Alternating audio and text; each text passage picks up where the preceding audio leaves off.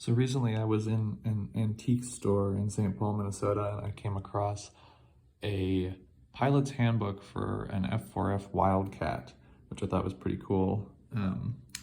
It looks like it's maybe made for people who purchased them surplus after World War II or something. The copyright date on it is from the 70s, but it's got some cool information, lots of diagrams and illustrated checklists and things in it.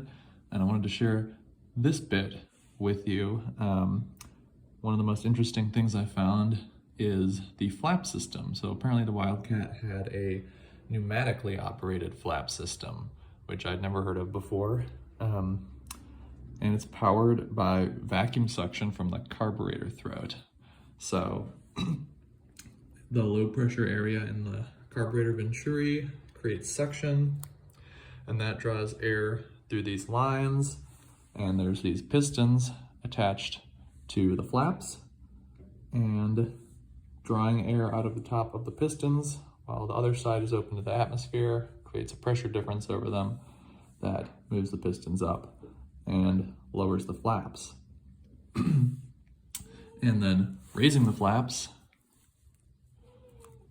this valve is closed and it just simply removes the suction from the lines and opens both sides to the atmosphere, and aerodynamic forces and these springs can push the flaps up. And there's also a system in case the engine fails or something, you can still lower the flaps because of this tank here. There's a low pressure storage tank. When the engine's running, air not only gets drawn out of these lines, but also drawn out of this tank. And it's, I guess, sort of like an accumulator tank for a hydraulic system. It's just sitting there waiting to be used in case of an emergency. Apparently it was good for 2 full up and down cycles of the flaps. So if there's not suction coming from the carburetor because the engine isn't running, well, this vacuum tank can provide the suction to operate the flaps.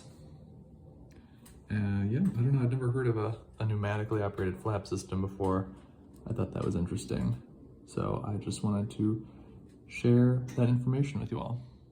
Apparently this made flying a little bit easier, since on a go-around or on takeoff you didn't need to worry really about raising the flaps, because when the aerodynamic force on the flaps is great enough, it would just push against this suction force and overpower it and just push the flaps up. So there wasn't really any way to damage them. There was no maximum flaps extended speed. If you tried to extend the flaps when you were going too fast, just nothing would happen, since the vacuum suction wasn't enough to overcome the aerodynamic force on the flaps and push them down, and nothing would really happen.